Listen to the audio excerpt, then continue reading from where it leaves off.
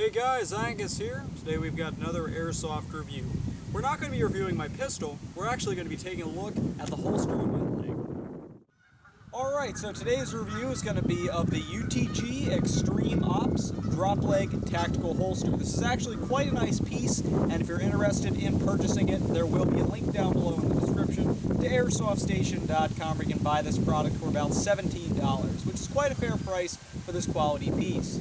Now, obviously, as you can tell, the drop leg in this particular case is in the Marpat or digital woodland coloring. I believe you can also purchase it in an ACU coloring as well as a black, depending on what your gear dictates. Obviously, the Marpat does match decently well with the Canadian Cadpat camouflage I'm wearing right now. It'll also match decently well with your woodland or your OD style camos.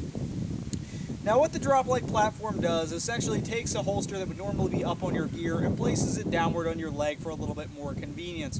Takes it away from having everything bulked up top and takes it down to a more easily accessible place. Normally, I don't exactly care for drop legs because they crunch on my legs, they make everything a lot harder to bend, harder to move, but with this particular drop leg holster, I've noticed it doesn't sag downward like a lot of the other ones do. This one holds firm in place, and as you can obviously tell, I can still bend my knee rather simply. So nothing's going to be pinching or cutting me on this holster. Now, some of you might be saying $17 for a UTG holster. Seems a little bit expensive for me. Actually, it isn't. The holster is made of quite a nice quality material. It's rather strong, durable, does not feel cheap, doesn't feel like it's going to eventually start stripping and snapping off. It feels very, very sturdy, and it definitely is a fairly good quality holster, but it's definitely meant for a more serious airsofter. This holster's got a whole different bunch of different stuff to it, so let's go ahead and start talking about some of those things. First off, obviously, the holster connects upward at the belt.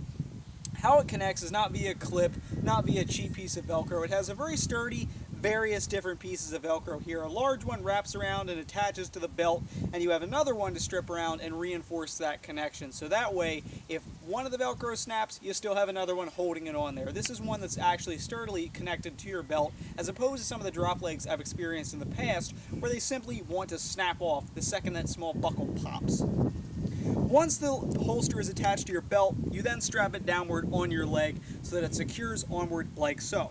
It attaches via these two large clips that wrap around the back and connect in the front, or vice versa. As you can see, connected them in the front for a little bit more easier access. These are fully adjustable, so say if you have scrawnier legs than I do or thicker legs than I do, you can go ahead and adjust them so they fit on there perfectly.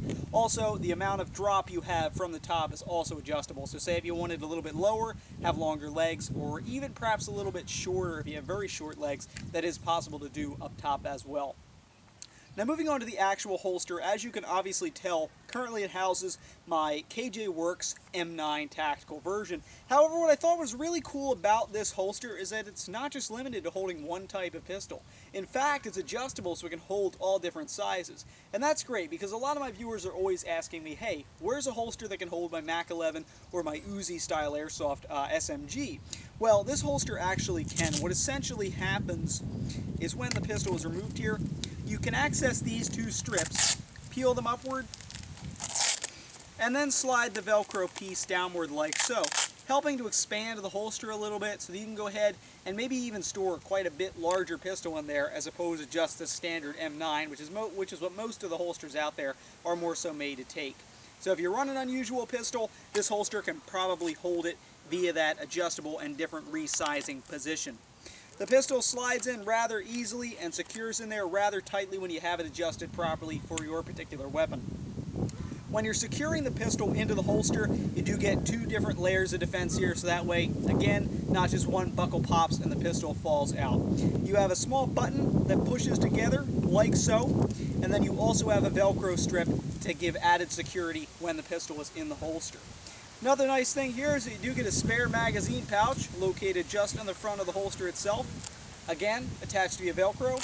Simply strip it up like so. And this magazine pouch is fairly tight, however it should be able to hold, say an M9 magazine or perhaps even a slimmer mag if, say, you're running one of those Crossman's D11s with a small stick type mags. But the biggest con of the holster would be its rather slender spare magazine pouch.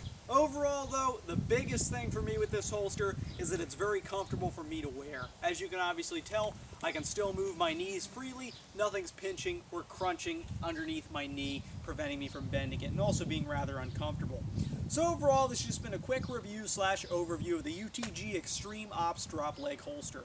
Personally and honestly, I think it's a very nice quality piece. The only real con I can find with it is, the magazine pouch is a little bit tight on it, but otherwise, it's a very solid piece, made of some good quality material. I love the fact that it's adjustable, so I can go ahead, house a larger sidearm in there than just being limited to one style of pistol. So if you're interested in purchasing this thing, link down below in the description. For about $17, you get a good quality holster. Thanks for watching, guys, and thanks for putting up with my stuttering throughout the video. I'm a little bit ill. Thanks for watching, guys. Please subscribe.